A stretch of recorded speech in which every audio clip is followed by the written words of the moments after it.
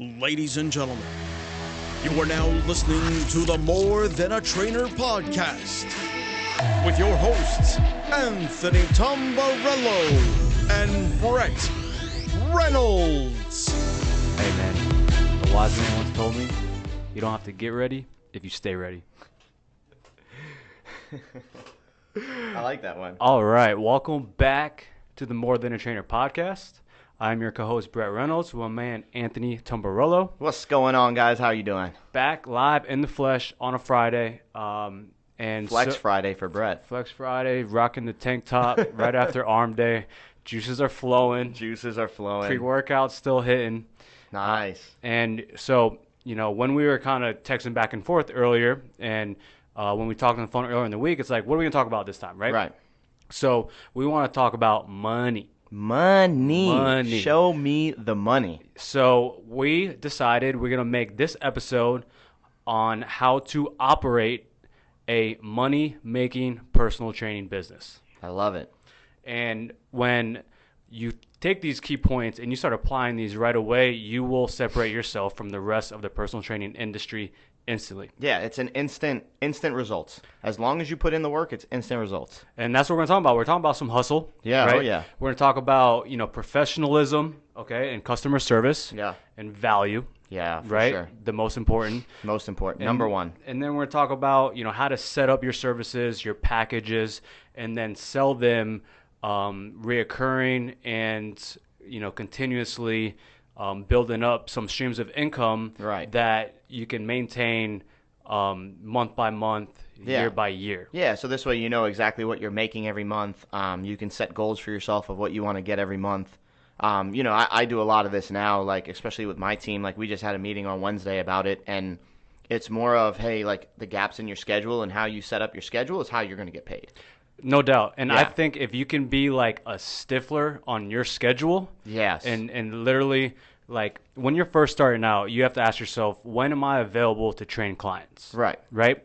And you sit down, and if you were to write out a perfect dream week or dream schedule, it's like, okay, you wake up and you get to work at this time to start, and you want to fill these, what we know as personal trainers, time slots. Right? Yeah, and I think too, like, once you set your, like you said, your perfect schedule, your dream schedule, then you figure out, okay, what type of clientele can I fill in these different spots? Because, I know, especially in my business, like, I know that I'm not going to get many athletes early in the morning. So for me, if I want to come in at 6 o'clock, which I do, it's normally, a young entrepreneur or businessman or woman that likes to come in, get the workout done in the day. So I need to know, okay, when I do my marketing and I set up to, okay, my perfect schedule is my 6 and 7 o'clock are going to be, personal training clients. Yeah, no, that's a good point. And as a personal trainer, you have to realize you are going to be working when other people are not, right? Yes. And it's traditionally either before work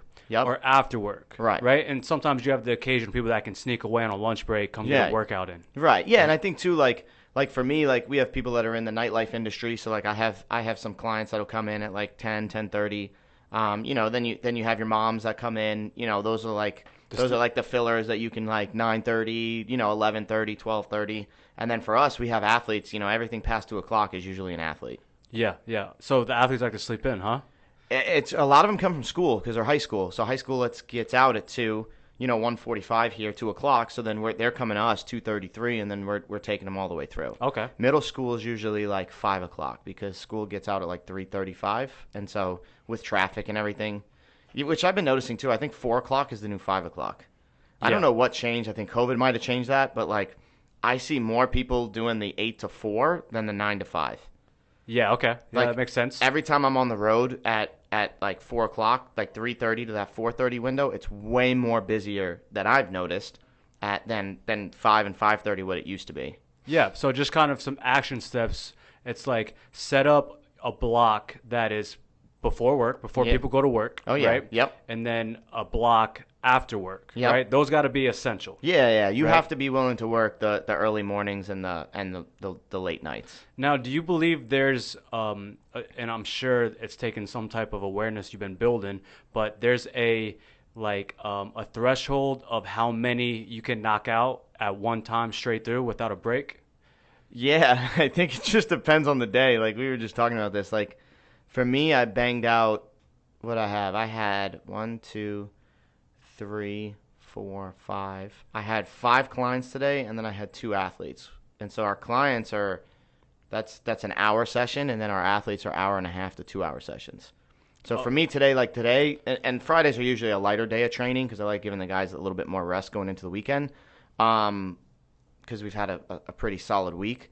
Like, yeah. So, like, I know my threshold, like, and obviously I take a lot of things into consideration, but if I have a perfect, like, window and block that I'm working consistently straight through, I think the 4 hours straight, hour-long personal training sessions is my perfect threshold where I know I can give a high-value service on my first one and my fourth one. Yeah. Right? With that being said, on Fridays, I only do a half day sometimes, and Saturdays are always half days. I can go 5, maybe 6 straight just because I know it's like I don't have to come back. And I think it's valuable to kind of let our personal trainer listeners know that if you, to just starting out, especially to make good money in personal training, you have to be used to working long days of training clients, right? Yeah. So I think a strategy, when we're not at the gym grinding, we're at home chilling. Right? Yeah, for sure. So like you just got to use your downtime as an opportunity to kind of recoup, kind of, catch your breath, get off your feet, eat. That's something I don't do. Yeah. Like I haven't eaten yet today. You've been on that fast life, man. I've been on the fast life just because my hustle and my training just had to do it. Like I don't have an opportunity in the day for me to say, okay, I'm going to take a half-hour break to eat. Yeah, but it just can't. It just right now with the position that I'm in, I can't do it. Yeah, I mean, there's essentially nothing wrong with that. There's no one size fits all in terms of eating, right? For sure. So you and I have been fasting for a while, whether you know it's some days more intentionally than not, right? Right. But so this is what something I want to share with you. I was on Instagram yesterday, and I follow this dude that his name's Greg. Last name I can't pinpoint it now, but he's talking about fasting and kind of being lean and like in a calorie deficit, and how much it pertains to his sharpness and his businesses. And this is why he compares it to a lion, right? He goes, if you go to the lion that is hungry, that is hunting, right, that isn't well fed, that is going out and finding food, he is a savage and going and killing it. But if you find the lion that's well fed, he's probably a little lazier. He's cooped up in the cave chilling. Yeah. Right. He's a little bit lackadaisical. Right. I'm like, holy shit, that makes so much sense. It does. It really does. I'm ready to go grind after that. That's it. Right? That's what I've been doing. I've been lion life. I've been lion life for the last since I opened the gym. I've been lion life. You've been the hungry lion. I've been the hungry lion, and just because I opened the gym and I hit that goal and milestone, I think it made me even hungrier. Dude, I mean, just kind of thinking about like from the food standpoint, that's how this convo started, right? Yeah. But I mean, it's true. Like if you eat a huge meal, what happens? Food coma. Oh yeah. Chilling, like yawning. Yeah. Right. So on this point, and I'm going to stop you real quick because I'm thinking of this and I'm going to forget it. If you are a personal trainer, do not eat while you're training your clients. That looks terrible. And I have seen it done so many times. When I was at the old facility I was at, there was a trainer in there who was a nutritionist that literally in between clients would be training with a bowl of food. There was one time it's oatmeal with eggs and cinnamon and just fucking... Oh my God, there's... like, insane. There's crumbs in the beer. Their breath smells like tilapia. It was insane what I saw. This guy would have pounds of rice and meat and just going to town. Dave, you got 3 more sets. I'm like, what are you doing? Like, here's the thing on this, right? And everyone's going to have their different opinions, and I'm going to pinpoint the same thing with working out, too. You have to be willing to sacrifice a lot of things if you want to be successful early on in this business. Damn right. You got to sacrifice food. You got to be okay with you're not going to get all your meals in. You're not going to – there are going to be times where you have to take on a client. There might be a time where it's your lunch break, but, hey, an assessment comes through the door or whatever it is you're doing. Someone walks through the door. Hey, I'd like to do a training session with you. Okay. Well, I'm sorry, I can't take that. I can't take your money and your training session right now because I have to lunch, right? Or the worst thing is, oh, well, I have to work out, so I can't block off anybody at this time. But when you have a client that wants to pay you X amount of money per month, like, dude, you got to figure out another time to work out. You just got to ask yourself, what's more important, my business right now, okay, or my workouts, right? And that's it. And I think, going back to your point about eating while you're training someone, I think we can take that one step further, and you shouldn't have anything in your hand. That could even be like just sipping on a protein shake or like, whatever, like holding, I don't know, something, right? To where it's taking any attention away from the client, which is essentially what you're doing. Right. Now, if it's water, or if water is something that you could take a sip, put down, but it's not the main priority, and you do it when you need it. Okay, 100%. Yeah. Like, I get that. Like, we're human beings. We're not machines. But they're caught it. But I mean, it's not professional. No, right? It's not professional at all. And kind of staying on the topic of professionalism, another one we see along with eating and doing some other side stuff with your client is people showing up late, trainers showing up late. Yeah, and I think too, like, that's going to be the part, like, where we're talking about, like, how to make money as a personal trainer or a sports performance coach or any type of coach, is like there are certain things like you have to do.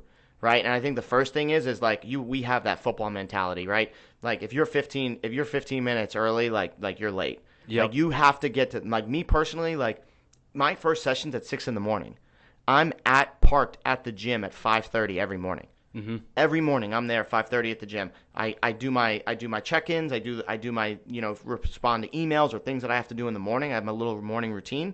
Then I know I go into the gym, lights are on, neon signs on, music's on, workouts are getting written on the board, like making sure the gym is ready for the sessions that I'm about to do, set up my weights, set up my benches, because I have 2 other trainers in there. I got to make sure, if I just leave it as a free-for-all, then it's a free-for-all. Yeah, it's just being prepared for when your client arrives. Yeah, I think a rule of thumb is your client should never beat you to the gym. No. You and your client, like, your client should know that you've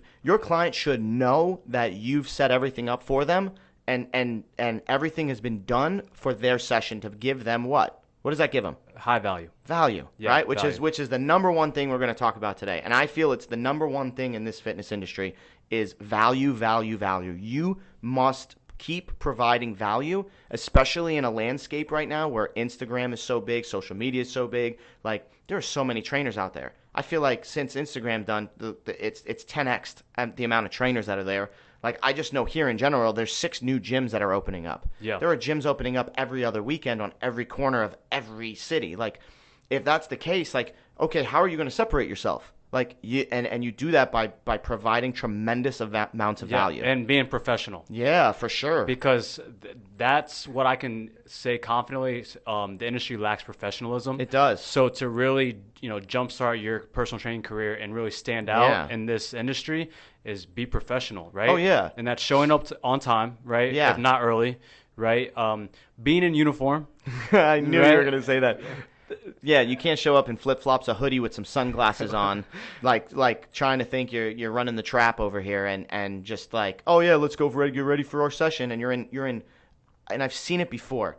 There's like, you should never have sunglasses on, a hood over your head, hands in your pocket with some flops on, telling someone how to train. No, because listen, at the end of the day, it's everyone's goal going into personal training to charge a high session rate, right? To build up to 100, 250, like build that session rate up to the triple digits, right? Yeah. So you need to look like a trainer that can charge that. Right, okay? 100%. Your ideal client is the high achiever that could be the businessman, the entrepreneur, the high-level athlete, the MVP of the NFL, right? Like those is who you want to train. Right. So you need to look the part. You have to. And that comes with a uniform, right? Yeah, it comes with a uniform. It comes with, and it doesn't have to be a uniform like for me, I'm laxed on the uniform. Like today, I have my CTP shirt on, right? But like I wouldn't even say you're laxed, man. That's like you look dressed the part. Like, yeah, that is your uniform. Yeah, but sometimes I don't go with CTP shirts. Sometimes I do. I have, but I'm swagged out. Like I'm Nike. I'm always in athletic gear. I've seen some trainers train with the polo tucked in with khaki shorts and stuff like that. Like, if you want to go that professionalism route and that's kind of, what you want to do, okay, go for it. Everyone has their different thing, but you need to look professional. Yeah, you need to look professional, and you say, okay, he is a top trainer. I see how he's presenting himself. I see how he's dressed. Yes. I see how he's engaged in the session. Yep. Right? I think hygiene is a big importance too. And now everyone's like, okay, is this going to help me make money? Yes, it will. 1,000%. Like, I make sure every morning I'm good. My hygiene is, I'm OCD. My hygiene's always on point, right? But like, I put cologne on every morning. Like there are certain things like I have to do. Like, I've gone 2 weeks without a haircut and it's killing me. I'm going right after this, right? Like, I'm going too. Just because but like I get a haircut every week. Like I make sure I'm on it. Like I make sure like you have to look a certain way. And people are watching you. Always. People, if you're in the gym industry where it's, there's a lot to it of being well presented, leaving good first impressions, right? Right. People are watching you. Yeah, for sure. And I think so too. People notice when you don't dress the part and you dress more lax. They know something's going on. They know that something isn't right. It kind of shows that you don't care as much. Yeah. You don't care as much to get ready for that session, to get ready for the client, to get ready to provide a good service. You really didn't put in that much effort. Yeah, no. You don't care. For sure. You don't care. You don't care, and you just care more about being comfortable and different things of that nature. And look, and it's not to say, like, there are certain times where I do it, like there are certain days, like if the laundry's not done or different things like that, like I'll wear a Salt Life shirt and I'll wear my athletic shorts and I'll wear like some Vans or something like that. But it doesn't mean like I'm laxed. Like they know when we're still training, we're still getting after it. It was just something came up that, of that nature. Yeah, no, for sure. Kind of moving on to our next point, man. Let's go ahead and talk about, how we set up our services, because if we are trying to build a personal training career, right? We want to set essentially an offer, right? We are offering these services. Right. So something that gets super overlooked in our industry is kind of presenting, hey, this is what we have to offer. Yep. Okay, these are our session packages, right? Yep. This is what the plan is going to look like, okay? And then this is what we want to start. Are you ready to get started? Let's do this, right? Yeah. So what you kind of want to kick us off on that? Yeah, so like what I do is I use the Square app. And so I can put all my services in there. I like too that it sends daily reminders. So it'll send all my clients a reminder, and text. An email and a text 2 hours before their session to remind them.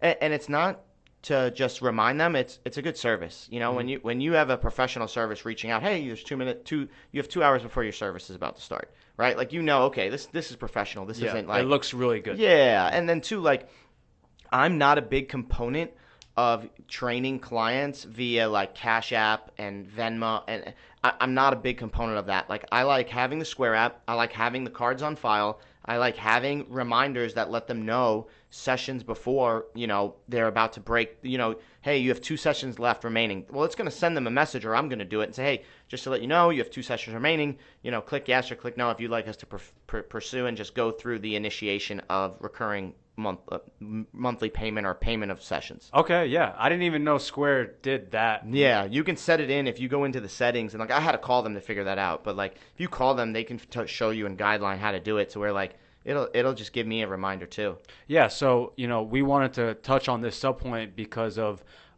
there's always a conversation that needs to happen when it's either to buy sessions or to re-up sessions. Yeah, and it's always an awkward conversation. I think anytime that you're asking someone for money or to pay you, it's always an awkward conversation. Yeah. And it's been an awkward conversation for who knows how long, right? But so by eliminating that is you set the standard, like you said, when you present, your price sheet and you present all of those things, like you let the client know, like, hey, what we're going to do is we're going to keep your credit card on file.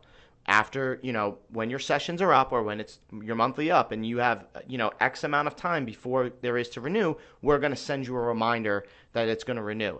If you want that reminder, you can let us know. If you would just like us to keep renewing it when the sessions are up, we can do that as well, and kind of give them, you always want to give the client the option. They'll dictate what they want to do and how they want to do it. So like for me, I've built so much trust with my clients, and like I've built such a rapport with them. Like I don't even tell them, the messages will get sent, but like me personally, I don't even tell them. It just recurs automatically when they have 2 or right as their last session is over.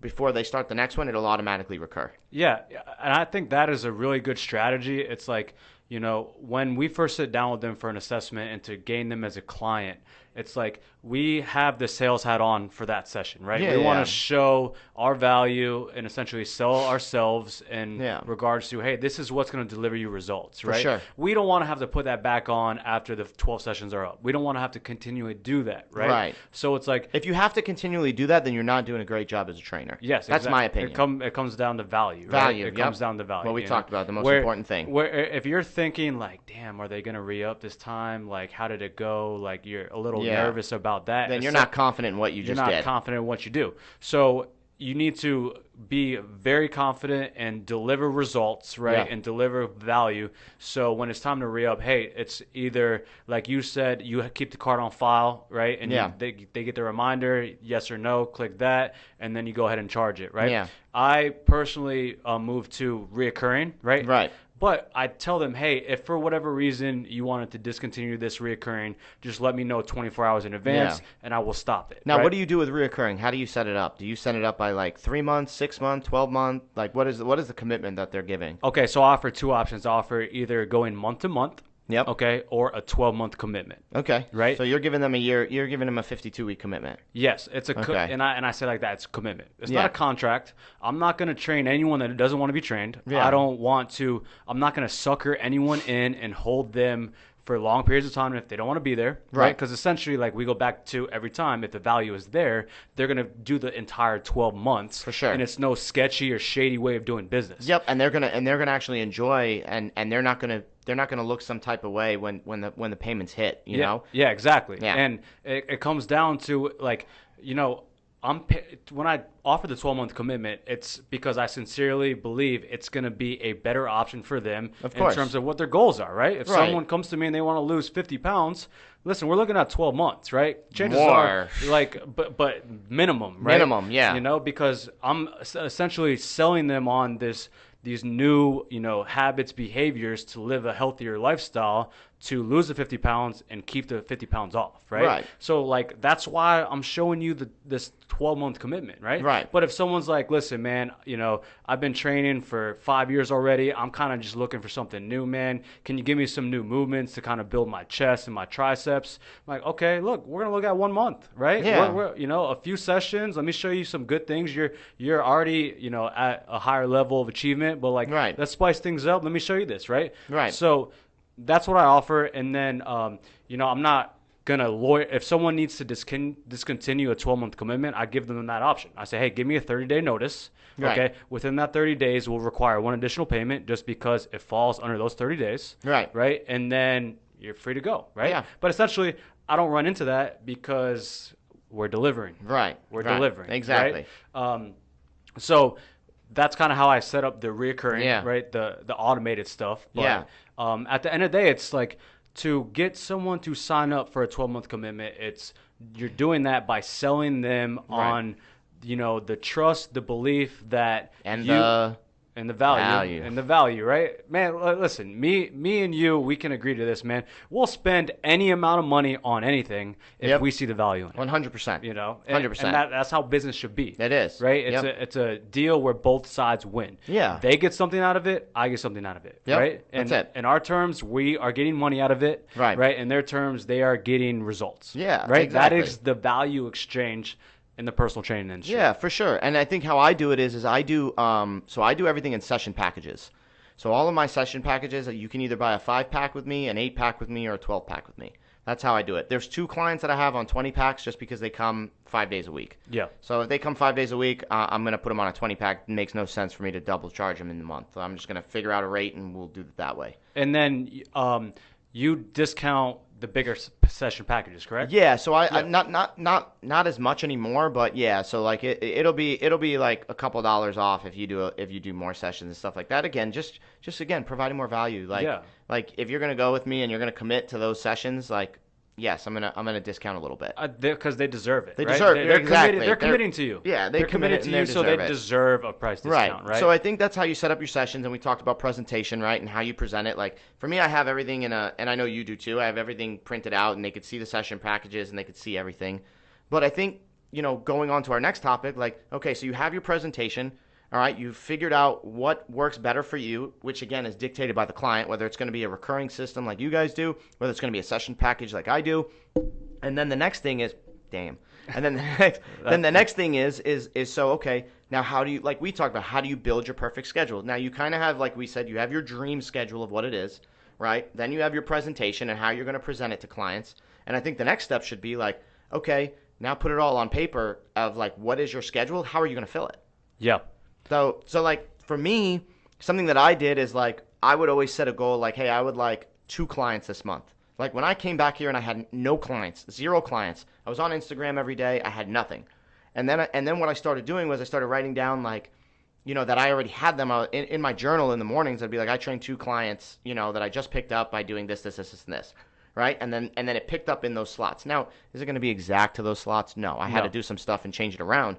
But I think you should set goals for yourself of like, okay, I'm going to go out and get 2 clients every month, 3 clients every month, 4, and make it reasonable, because the little wins will add up to bigger wins. It's down building the road. momentum, man. Yeah, you got to build a little momentum. Momentum is huge, and we get that from just sports early on. Right? Yeah, for sure. And that translates into business, right? Yeah. So I think from a schedule standpoint, the first step is setting up the availability. Yeah, for sure. Right? And then when you have these blocks of availability scheduled, right, it's like, okay, I'm setting my schedule to work during those times. Right. Okay. Now, the end goal is to have all of those hours filled with personal training clients. Right. Right. So just hypothetically speaking, say we start at 6 and we go until 12. That's the start of our day. Right. So from 6 to 12, I'm allocating that time to work. Yes. Right. So now I get a client, they're sitting in front of me, hey, the game plan is going to be going Monday, Wednesday, Friday, 3 times a week. We'll crank it out right before work, come in at 7, go from 7 to 8, go home, shower at 9. Right. So those 3 slots are filled. Right. And then it's just filling those slots. Yep. Right. Now that doesn't mean, and this is huge, and this is what we see all the time, that if you don't have a client in that slot, that you can just go home and chill. Right. Yes. Watch some Netflix, I have no one. That's kind of taking the foot off the gas, and you're not that serious in building this personal training business that you set out to do. Yeah. If you're not doing something towards your business, right? 100, dude. But if, like you said, those slots are, done from 7 to 8, you got those. But what are you going to do from 6 to 7? What are you going to do from, 8 to 9, right? It's like, or 9 to 10. It's like, do something towards your business. Yeah, right? for sure. And I think, and it's so easy because we have these things called phones. Yep. Right. And that's how everyone markets and does all their stuff. So like, you can be looking at different, programs that people run. You could be looking at how other trainers recruit clients and how they get people through the door. You can look at how they market, what the things that they're saying, how they're doing it, right? And those are all little things you can try. Like you can make a Canva of hey, personal training slots available, this, and this. You're still working. Just because you're not getting paid doesn't mean you're not working, right? Mm-hmm. Like that will eventually pay off in the long run, right? So like what I do is like if I have free sessions or I have an hour, which I don't anymore, but when I had an hour block and those things, like I literally make a Canva, hey, personal training slots available. And now don't put all your availability, right? This is one thing too. Like I've seen trainers That is put a good point. Yeah. I've seen trainers put like 18 hours on their. I'm available 24/7, 7 days a week. Yeah. If you're doing that, then no, you got to show yourself you're in high demand. Yeah, people, we're human beings, right? If I see somebody is not in high demand or they're not, you're going to assume you're questioning that. Yeah, whether they're just starting or not, you're going to question, are they really that good? They would be kind of filled up if they were that good, right? So like something that I did and a tip that I would do, like if I knew I had, let's just say I knew I had 8 slots open in the day, I would choose 2 slots that I know I really wanted filled. So when I knew I wanted my Tuesday, Thursday at 7 o'clock filled because I had a 6, I had an 8, I had a 9, I had a 10, I didn't have that 7 filled, those are the 2 I'm pushing. And I'm pushing it, and that's my goal for the week. Mm-hmm. Or my goal for the month. Like, okay, let me find somebody that's going to fit that slot, like it's going to be good for them, it's going to be good for me, and then you just roll with it. Yeah, I think so. Some really concrete takeaways, right? If you have everything set up from a presentation standpoint, from you're ready to gather clients, right? And now all you have is this time and the schedule to build. Your efforts should be spent on marketing. Yes. Right? And then also you can even over-deliver more on your current clients, right? Like, listen, like if they're paying for an hour and you don't have someone after, you should be in no rush to get them finished and out of your gym. You should go above and beyond, right? Maybe go for an hour and 10 minutes, right? Or offer them a shake after, right? Or like, recap the session or, whatever, just build the relationship with them because you have that time, right? So give that to your clients that deserve it because they're with you now. They're putting their trust in you, right? They're loyal to you. So they deserve for you to go out above and beyond and over-deliver, right? And if you have the time, there's no reason why you shouldn't be doing that. Right. And I think, too, to key on that and go into our next topic of over-delivering is like, okay, like how do you over-deliver in a session, right? If it's not a time thing. Like for me personally, some of the things that I do is like when you step into CTP, like now we have towels, right? You can grab a Gatorade towel. You can use that towel while you're on the floor, right? Something else we do, we have pre-workout, that has been provided for us, thankfully, by our players and stuff like that. We have protein, right? We have creatine. We have all things, all NSF approved, all Thorne and proven for stuff, everything that you should be taking, right? And then also too, we offer water. Now, all those things I pay, like the supplements I don't, but for the towels and the water, those things I pay out of pocket for every month. And like, you have to be willing to pay out of pocket. You got to pay to play. Yeah. That's it. You got to pay to play. I know that I'm going to spend $200 to $250 a month on certain things that are going to make the gym a certain way that like, wow, okay, so you step into our gym, you get a free water bottle. Yeah, that's over-delivering to a T, right? And you're the first one to say, hey, let me grab that for you, too, right? Yeah, it's like, I always ask, hey, do you need a water? Let me grab a towel. For you. Yeah, let me grab it for you. Yeah. Hey, you want me to you want me to make you a shake? You want to make you a shake? I'll make a shake. We have our funnel. I'll make the shake. Hey, you want pre-workout this morning? Yeah, let's shotgun one. Okay, cool. Like, you know what I mean? And I just make sure that they all know, like, there are some clients that bring their food sometimes, like our athletes do. We have a microwave there. Let me heat that up for you. Yeah, right? let me do that. Let me do this. Let me do whatever I can do to make this so much of an enjoyable experience that every single time you walk in, you are like, wow, I really love this place. Yeah, over-delivering will be shown by how much you care, right? For sure. And that could be, like you talked about, the supplements, the shakes that cost money, right? Right. But then something simple as what I do every single client is I walk them out of the door. Right. It doesn't matter if we're finishing back in Athletica's turf area and they have to walk to the car. I will walk them through the gym, out of the door, okay? Right. And say, hey, send them on to the real world to start the rest of their day and say, hey, this is, recap the session, like, have an amazing day, whatever. Thanks for coming. Like, I appreciate you, dap them up, whatever the case may be. Whatever your routine is. But that doesn't cost me a damn thing. Nothing. It just costs you your time. A little bit of time, right? But it's like, they're showing, wow, like, and, that makes them feel like, hey, he cares. Right. Right? He cares. And then anyone from, third party that's watching, like, damn, that trainer walks his client out the door. Right. And from there, what do? I stay out there and I greet my next one. Yep. So you have a routine of which you do that, which I like that. That's nice. I walk them out, I say, hey, have a good day, whatever. And then the next one's there. They pull up. They see me waiting for them, right? And they're like, oh, damn, like, he's ready for me, right? Yeah. And that could be congruent with being on time, being ready, being excited for your next session, right? And so the thing of this is, so you don't get the return on those things in physical dollars yet. Yes. Right? But when you go to increase your prices and when you go to look, if you're not increasing your prices every year, you're doing something wrong. Mm-hmm. You have to be willing to increase your prices every year. If you're not going up, that means that you're stagnant. That means that your clients are stagnant. That means you're setting the standard of stagnant, right? Like, so if I'm going to up every year, I'm going to go up in our session prices, whether that be $5, $10, $15 a session, whatever it is.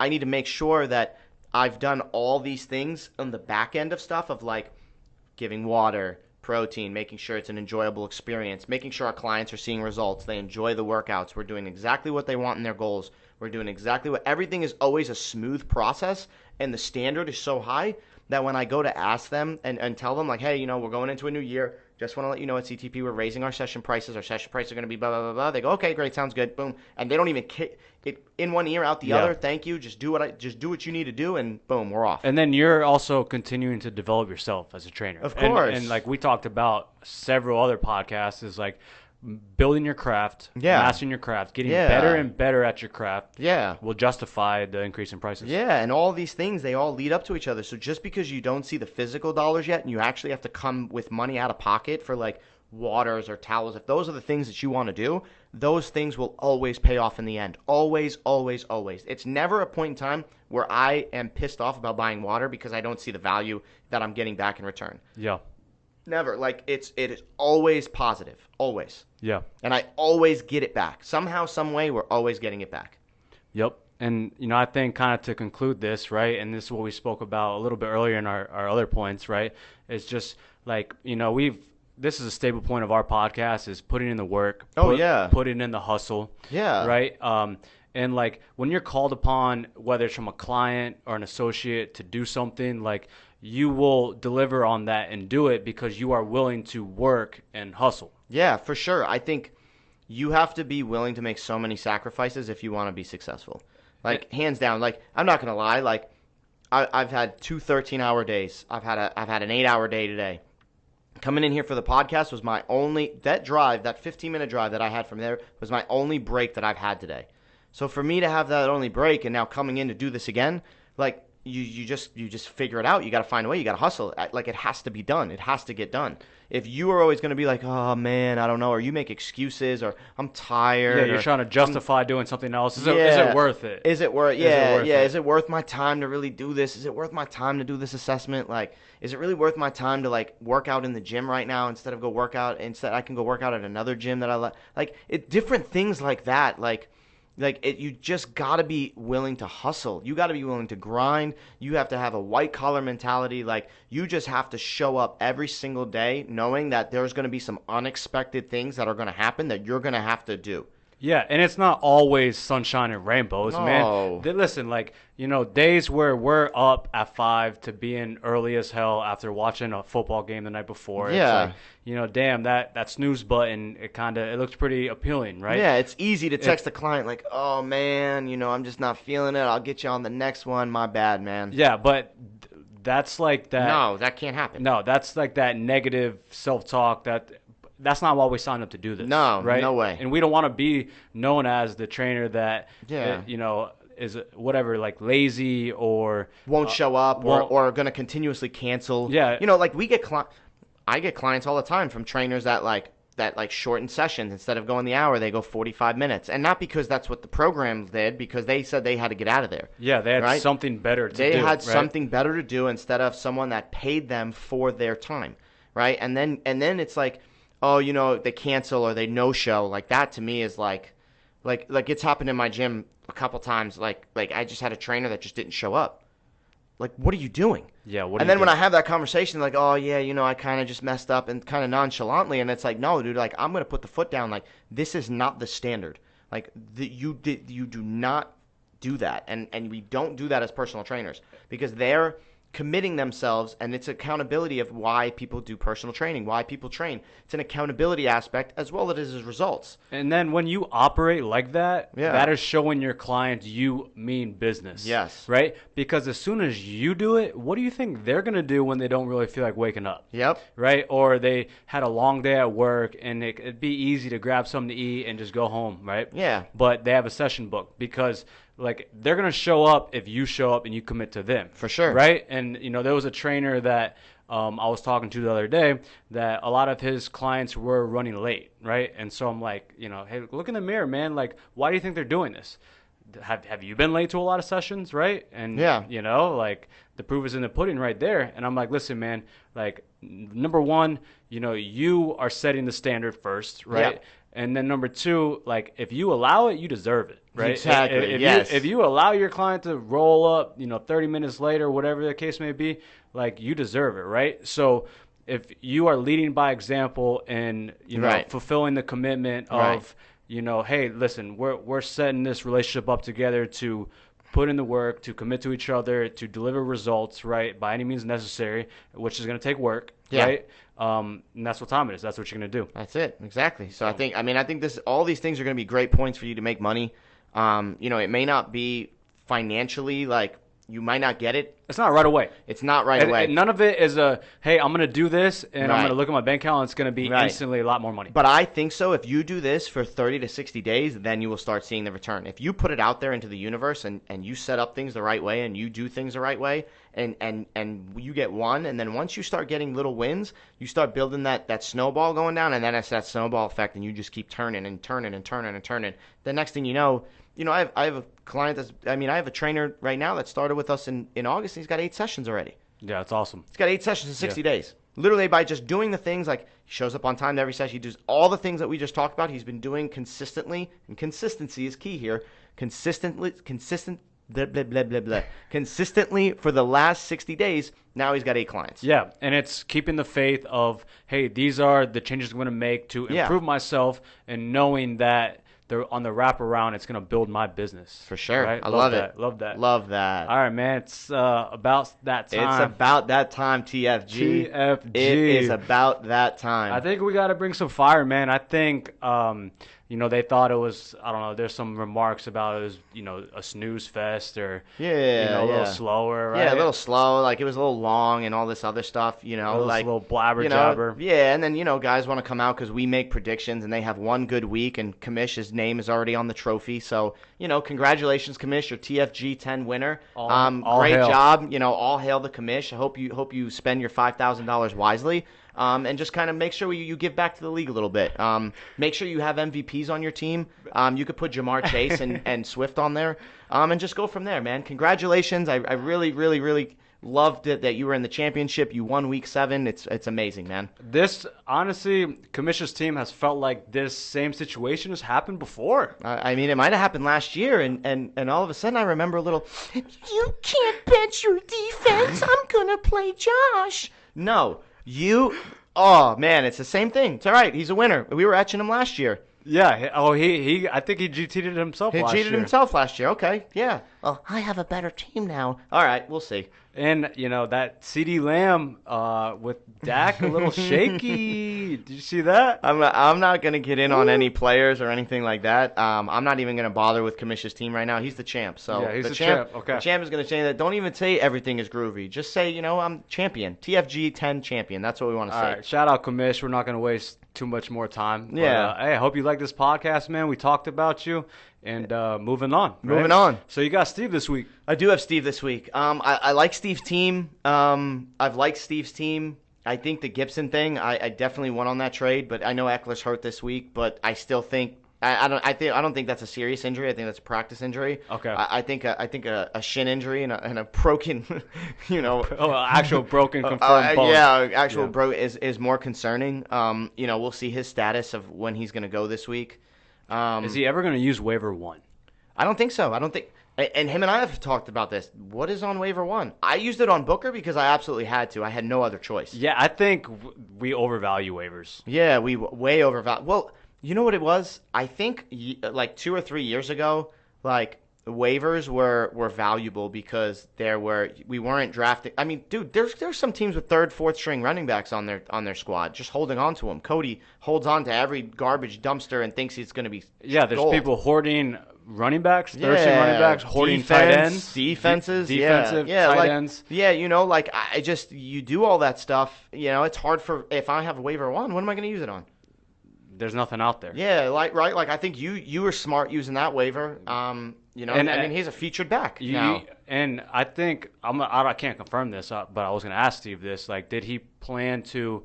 Because he dropped them. Yeah. Steve, right? Like, was there any thought of re-picking him back up? But then I saw that Josh tried to re-pick up Cousins, and if you drop someone, you can't pick them back up. No. He dropped them before the Ingram news. Yeah. So it's like, if he doesn't drop him, does he use waiver 1 on him? Right. I don't know. You don't know. I don't know. So we'll see. Maybe there'll be a diamond in the rough week 12. I don't know.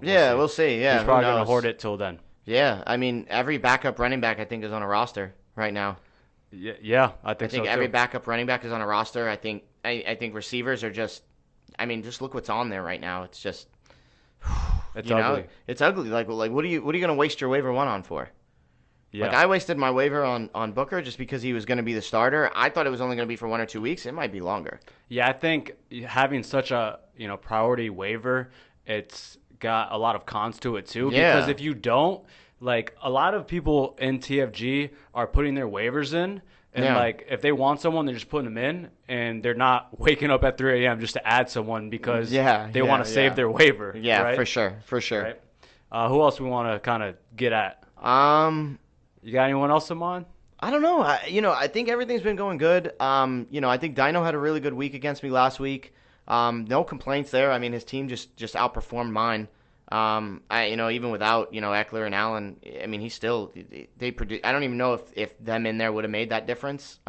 Could have, maybe not. Mahomes throws a touchdown. I sneakily like his team. He's got I like his team too. I sneakily like his team. Everywhere. I think that trade that he made, in the beginning, I was like, whoa, you're giving away Robinson, but I think it might have helped him. Believe it or not, and I can't believe I'm gonna say this, and I cannot believe I'm gonna say this, but I like Cody's team. After the Josh Allen trade, yeah. I like his team. I think he has solidified at least holes that he didn't have before. Yeah, I think so too. Everyone's saying that he lost on that severely. I don't think so. I don't think so. I think the biggest loser in TFG right now is Spruck. Yeah. I don't know what he was thinking, what he was doing, why he did it. Cook. Trading away. You have a horse back. Why are you going for an injured horse? Names, bro. Like, why are you going for an injured horse? He's an injured, right? Like, do I want Seabiscuit or do I want, you know what I mean? My Pretty Pony at the end. Like that's what I feel like he did. Like, I don't understand it. Yeah. I don't understand it. Like, I just don't like it. I don't like it. I think Ethy's getting in trouble here pretty soon. I think he lost on that trade he did with you. Adam is just... Chubb is projected to play, though.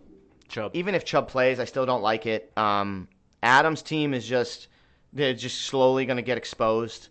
He's a team that he makes it. If he wins the division or he makes it into the playoffs, he's going to get smoked. Yeah, I think so too. He's going to actually play real competitors, like real contenders, not pretenders here. What other teams?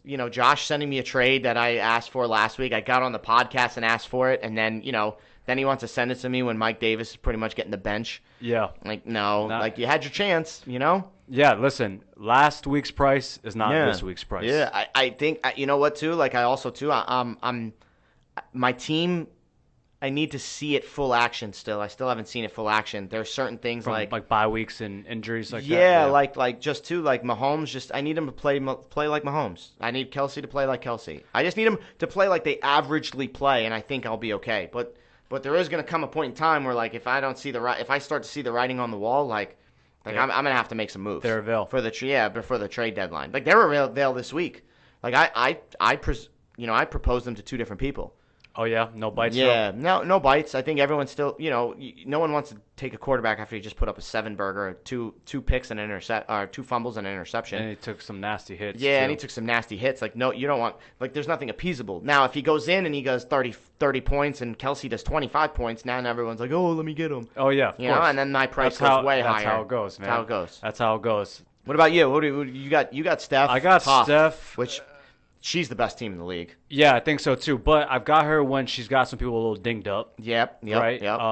Jacobs is out. I think matchup of the week. Matchup of the week. Matchup of the week. I love it. Yeah, I was watching the game last night, and Jones got one reverse, the touchdown reverse. Yeah. Which, when I'm playing a team like that, it's like, damn, that could be a difference maker. Oh, dude, I've lost three games of touchdowns getting called back. Yeah. No, and I'm like. When I saw it, I'm like, damn, that could be a difference, right? Yep. It's still early. Like, we still, it was only one game, right? Yeah, right. So it's like, I'm still confident, but I'm like, damn, I really could have used that for a little bit more wiggle room. Of course.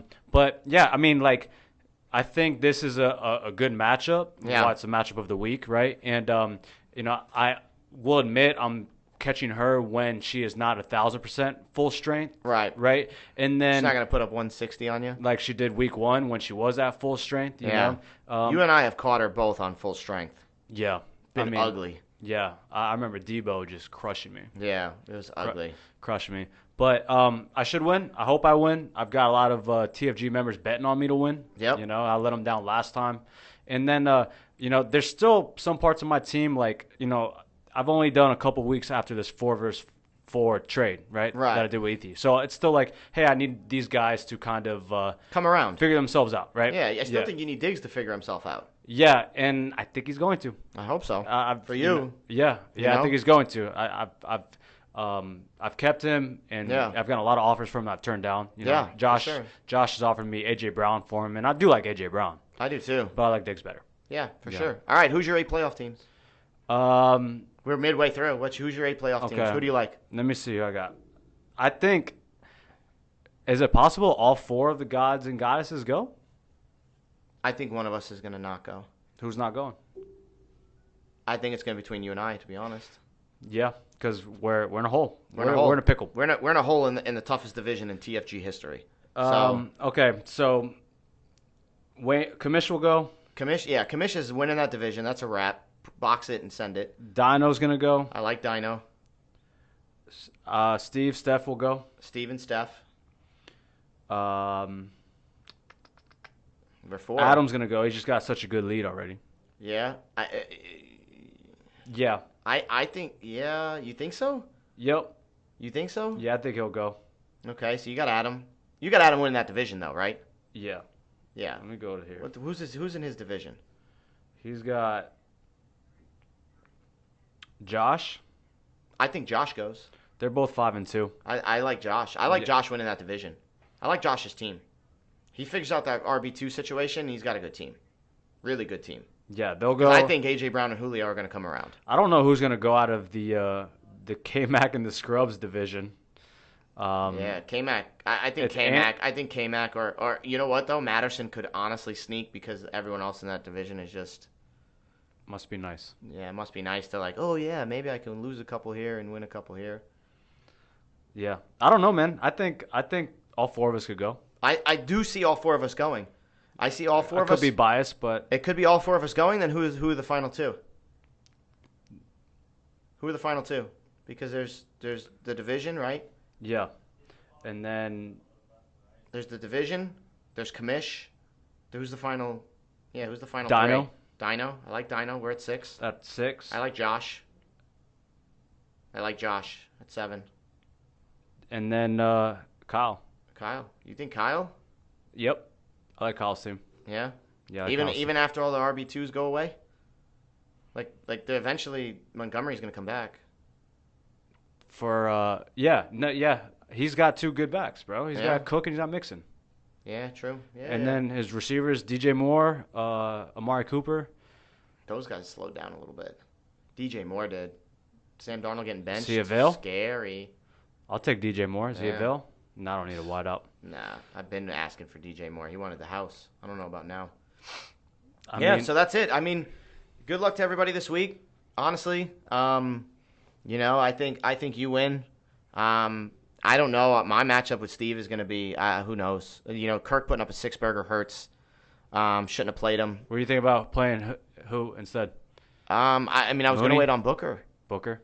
If Barkley don't go, it's Booker's. I'm gonna go Booker. They play Monday night. Monday night though, yeah, so I'm smoked. Thursday or a Monday night, I can't risk that. Oh yeah, I can't risk it. That's bad luck. Bad luck. So. Well, good luck, man. Good luck to the rest of TFG. Yes, sir. That's all we got. Yeah. Cool. Catch you next time. All right, guys. Thanks for listening to another episode of More Than a Trainer. If you've got any value from this, click that subscribe button and share with your friends. We have new episodes every week.